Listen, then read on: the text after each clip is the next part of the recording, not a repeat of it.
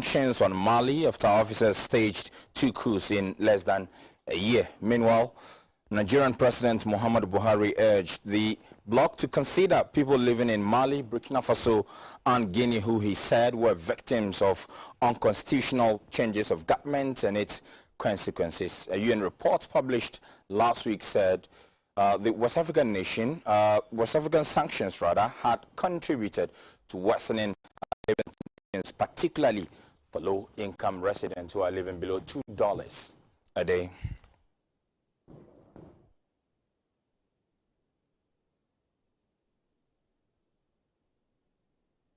We still say a while on this issue because it has dominated headlines across the sub-region, and we've been joined by Dr. Vincent Jalimansa, a senior lecturer at the University of Education, Winneba, to have more understanding of what has been happening and what ought to be done to address the security concerns in West Africa. Thank you so much, Doc, for your time this afternoon.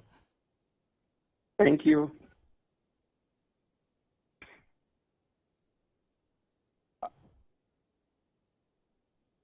Doc, first of all, let's start with your reaction when the news came out that West African leaders were not able to decide in terms of lifting the sanctions or extending it regarding the security situation in West Africa. Of course, it has been extended now because no decision has been taken. Yeah, I think we were not expecting West Africa's countries to lift the sanctions.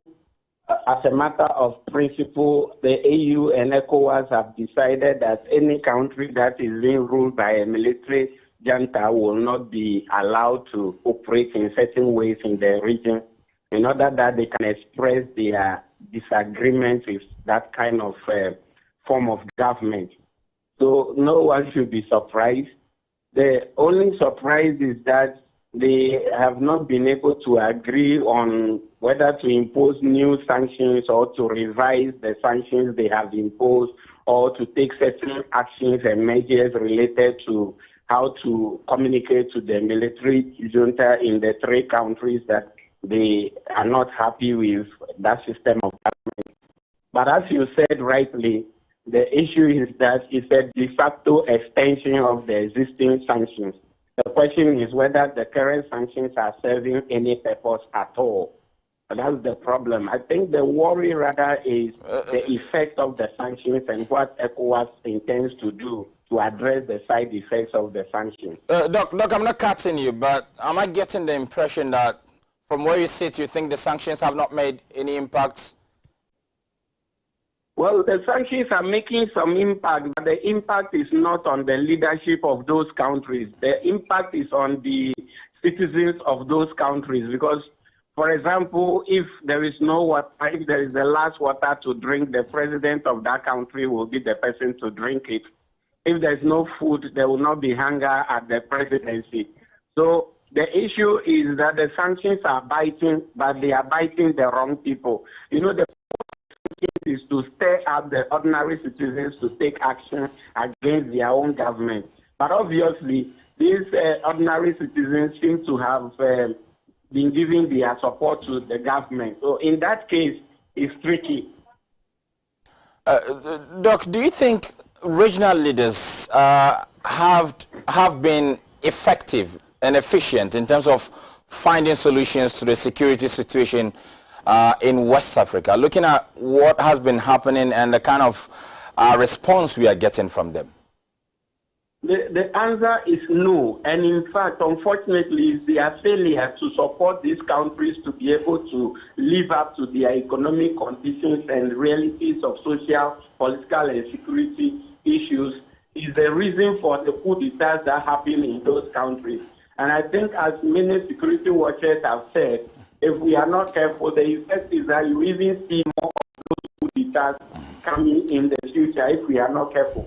Because you see, how can a country that is suffering from attack by extremist groups that are well armed, take the case of Mali? These Tuareg groups got a lot of weapons from Libya. They are there fighting the government, and then you didn't give them enough support. they overthrow their president that they want to solve the problem, and then you cut them off every support. You lock them in and say they cannot go out, no citizen can go out, nobody can go in. So it's practically leaving them to their fate. Now, when that happens, the citizens give more support to their leadership because then they want to escape their country. They say, ECOWAS say we can't escape. They hate you.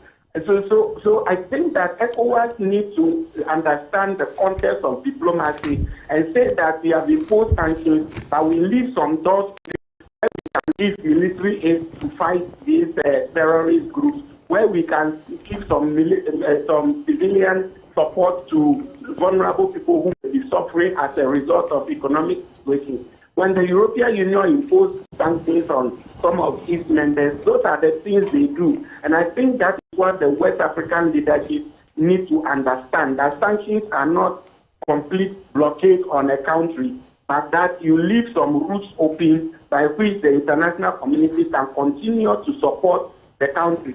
See, Mali is getting support from other countries. The question is it getting commensurate support from the West African sub-region that is imposing sanctions on it? If it's not getting it, then the idea is that we ignore you. But if you look at the happenings within Europe, for example, that you just cited, we've seen Germany, we've seen some other top European countries, and economic relief to citizens of Ukraine, for example. Do you think West African countries like Ghana and Nigeria, the biggest economies in the bloc, have the capacity to offer such relief to, let's say, citizens of Mali or Burkina Faso? Well, you see, if you even use Ukraine, it's okay. But if you use a country like this country in Europe, I've forgotten the name momentarily, that because of death penalty, the European Union has some sanctions on it.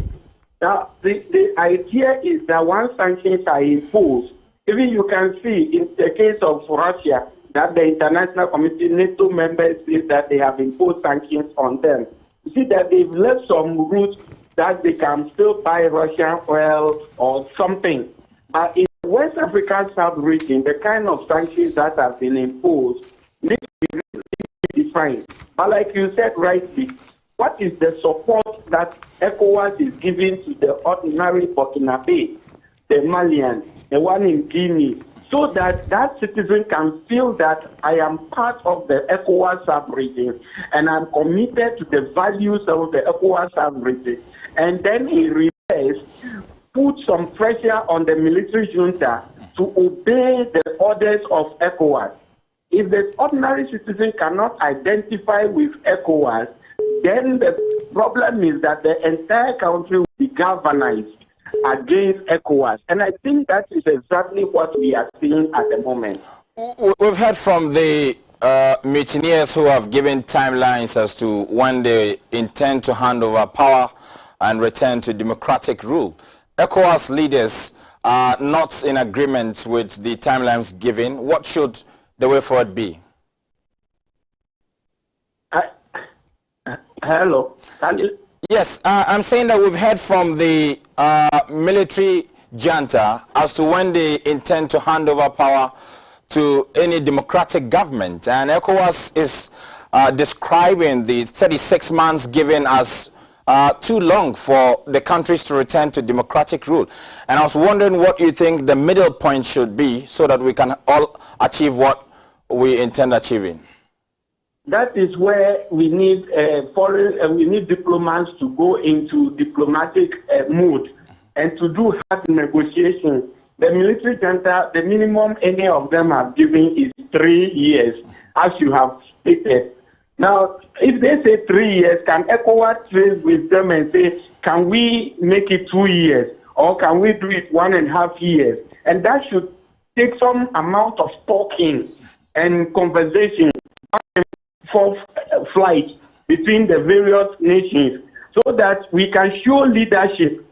There has to be somebody in the ECOWAS sub-region, one president in the ECOWAS sub-region, or some top personality, former president in the ECOWAS sub-region, that these military rulers can respect. that has to be sent there to lead this diplomatic effort. Until that is done, we will have a situation where ECOWAS is at one side and then these people are at one side. Now, the dangerous thing, as you can see, is that ECOWAS is getting divided. They are not able to reach consensus on what to do. Once that happens and you have a crack in the bloc and there is disagreement, the situation gets really, really, really bad. And Doc, just to add to the point you just made, we've heard that ECOWAS has appointed Dr. Ibn Chambers, former President Goodluck Jonathan. Sorry, I'm finding it very difficult to hear. Is it better now? Yeah, I think it's better now. We've heard from ECOWAS appointing Goodluck Jonathan, former president of Nigeria, Dr. Ibn Chambers, to lead the mediation in Mali and Burkina Faso, for example. And I was thinking that's a good call. Yeah, that's a good call. That is coming better late than never. And that is something that is very important for them to pursue. If they don't pursue that, I mean, if you look at the situation that is happening in Nigeria, for example, and they are fighting and struggling to cope with this insurgency, and then you have ECOWAS practically sitting and not doing anything to help, and then something happens and you impose sanctions, they won't mind you. So I think that it is good that this kind of people are being called upon, because these two guys are respected people in the ECOWAS sub-region. I'm sure that if they to meet these military rulers and have some good conversation, we can expect some good results coming out of it. Thank you so much, Dr. Vincent Jalimensa, a senior lecturer at the University of Education, Winneba, and has been helping us to appreciate the security happenings within the ECOWAS. In fact, the Nigerian former president Muhammadu Yusufu is also part of the persons appointed to lead mediation in Mali, Burkina Faso, and as well Guinea. We'll be staying a while on this development right after this break.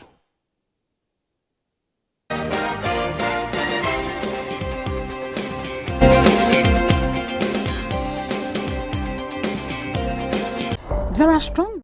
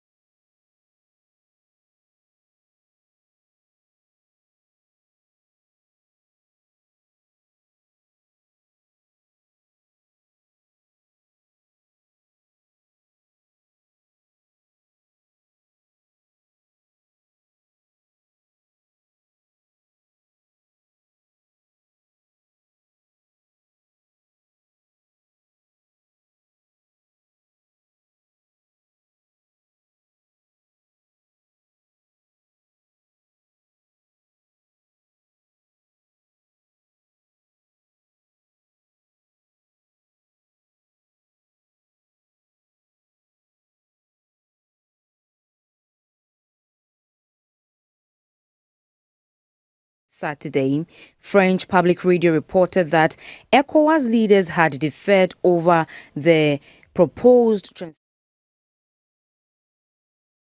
that the traditional consensus was not reached between states over the 24-month proposed by the Malian junta. Regarding Burkina Faso, ECOWAS leaders rejected a proposed 36-month transition, which they have considered too long. ECOWAS appointed former Niger President Mahamadou Issoufou as mediator for Burkina Faso. ECOWAS also rejected a 36-month proposed transition in Guinea and gave the country a month to review its timetable. Let's stay a while on this issue. We've been joined by the Chief Executive of Jatike Enterprise and also a security analyst, Mr. Sani Adib, for more conversation on this very important subject. Thank you so much, Adib, for your time. I'm wondering what has been happening in West Africa. We are seeing activities of terrorist group fast spreading.